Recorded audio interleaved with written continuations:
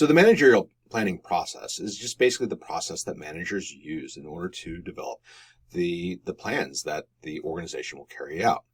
In order to do this well, the very first thing that you have to start with is to understand what is the mission and vision of the organization. Because whatever plans that a manager develops needs to support the overall mission and vision. Once they have that understanding of the mission and vision, then they can start looking at the various goals or objectives that they're going to try to achieve over the course of the planning period. Once they have the end result in mind, then they can develop the courses of action that they need it to take in order to achieve those various objectives.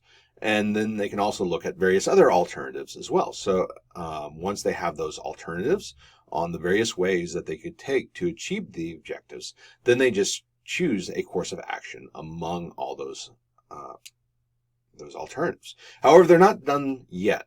All right. Once they have made their decision, now comes the hard part where they actually have to implement that plan. Implementation can take a while, and they have to make sure that they have the appropriate resources. Everyone understands what it is they're supposed to do and the things that they're supposed to work towards. And then after some period of time, they need to start evaluating the results to make sure that whatever it is that they are trying to achieve, that the organization is actually moving in that direction and is moving in a direction at the appropriate speed.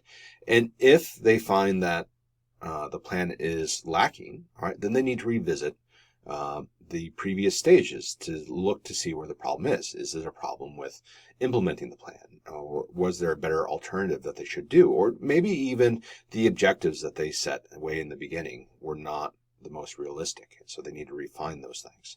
And so the managerial planning process is a continuous process where they start with the plan, they put the resources in place, they execute the plan, and then they evaluate the results and then modify the plan based upon those results.